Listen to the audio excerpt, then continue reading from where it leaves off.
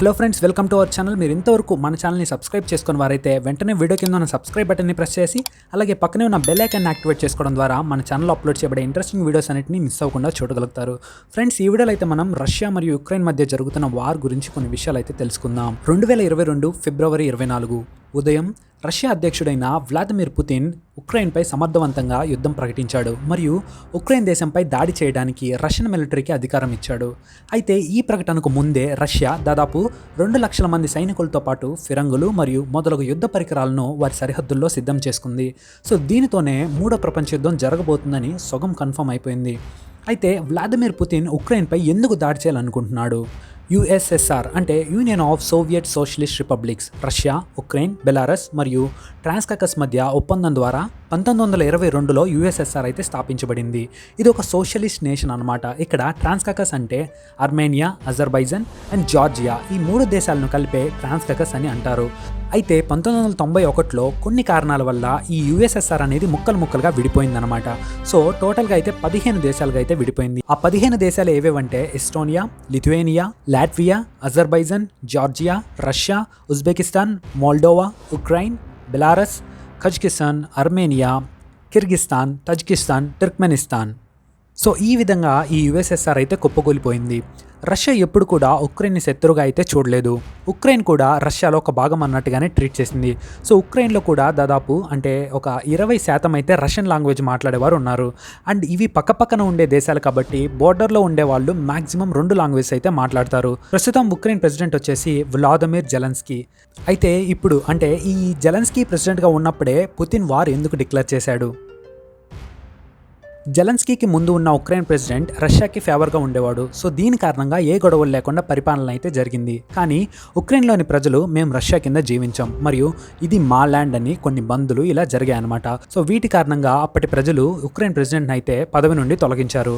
ఆ తర్వాత 2014 సంవత్సరంలో రష్యా ఇప్పటి వరకు ఉక్రెయిన్ని ఒక రష్యన్ ల్యాండ్లా మరియు ఒక రష్యన్ టెరిటరీగా పరిగణించాం.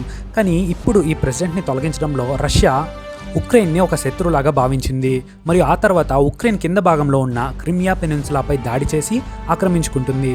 అంటే ఈ క్రిమియా ప్రాంతంలో చాలా యుద్ధ పరికరాలు ఉన్నప్పటికీ ఉక్రెయిన్ దీన్ని రష్యాకి ఇచ్చేస్తుంది అండ్ మాకు యుద్ధం ఏం లేకుండా ఉంటే చాలని చెప్తుంది. సో దీంతోనే ఉక్రెయిన్ ఒక ఇండిపెండెంట్ కంట్రీగా అయితే అయిందని చెప్పొచ్చు. ఇక 2019లో జరిగిన ఎలక్షన్స్లో వ్లాదిమిర్ జెలెన్స్కీ కొత్త ఉక్రెయిన్ ప్రెసిడెంట్గా ఎన్నిక చేయబడ్డాడు. అదేవిధంగా ఇతను 73% ఓట్లతో అయితే గెలుపొందాడు. ఇక్కడ విషయం ఏంటంటే ఈ వ్లాదిమిర్ జెలెన్స్కీ యుఎస్తో ఫేవర్గా ఉండడం రష్యన్ ప్రెసిడెంట్కి అంటే పుతిన్కి అయితే నచ్చలేదు. అయితే ఎందుకు నచ్చలేదో చూద్దాం. 2వ ప్రపంచ యుద్ధం తర్వాత చాలా నష్టం జరిగిందని చెప్పి కొన్ని చిన్న దేశాలన్నీ కలిసి ఒక సంస్థను అయితే స్థాపించాయి. ఆ సంస్థ అంటే ఆ ఆర్గనైజేషన్ పేరు వచ్చేసి NATO, North Atlantic Treaty Organisation. దీన్నే నార్త్ అట్లాంటిక్ అలయన్స్ అని కూడా అంటారు.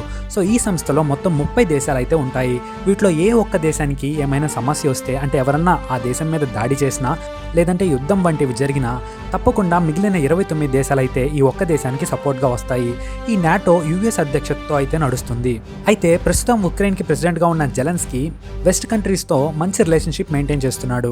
అలాగే ఉక్రెయిన్లోని ప్రజలు దాదాపు 70% ఉక్రెయిన్ లాంగ్వేజే మాట్లాడతారు.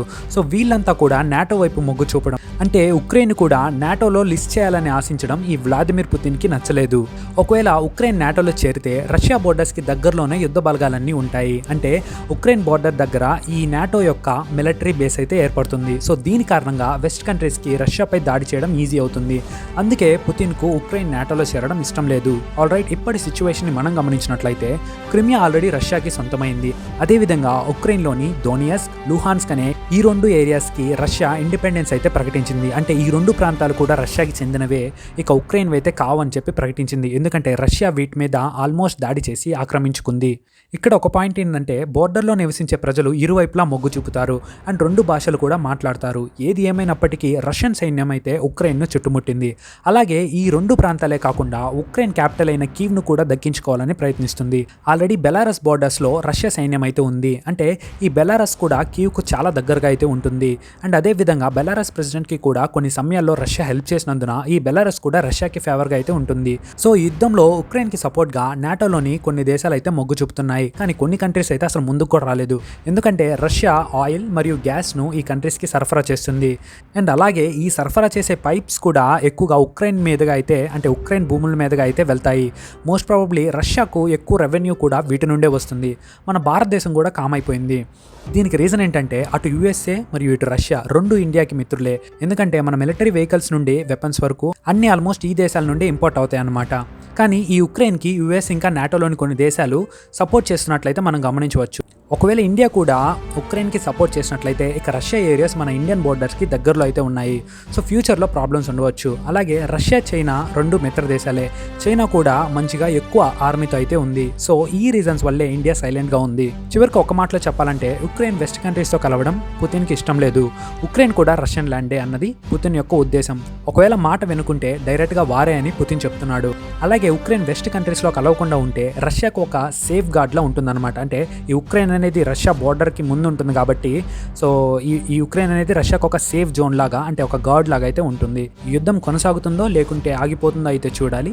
ఈ వార్ ఆగిపోయి చర్చలతో చర్చించుకోవాలని ఆశిద్దాము. అంతే గైస్, మీకు ఇన్ఫర్మేషన్ అర్థమైందని నేను అనుకుంటున్నాను. ఒకవేళ ఈ వీడియో ఇన్ఫర్మేటివ్గా ఉంటే ఒక లైక్ చేయండి, మీ ఫ్రెండ్స్కి షేర్ చేయండి, సబ్స్క్రైబ్ చేసుకోవడం మాత్రం మర్చిపోకండి. మరో వీడియోతో మీ ముందు ఉంటాను. Until then take care, bye by.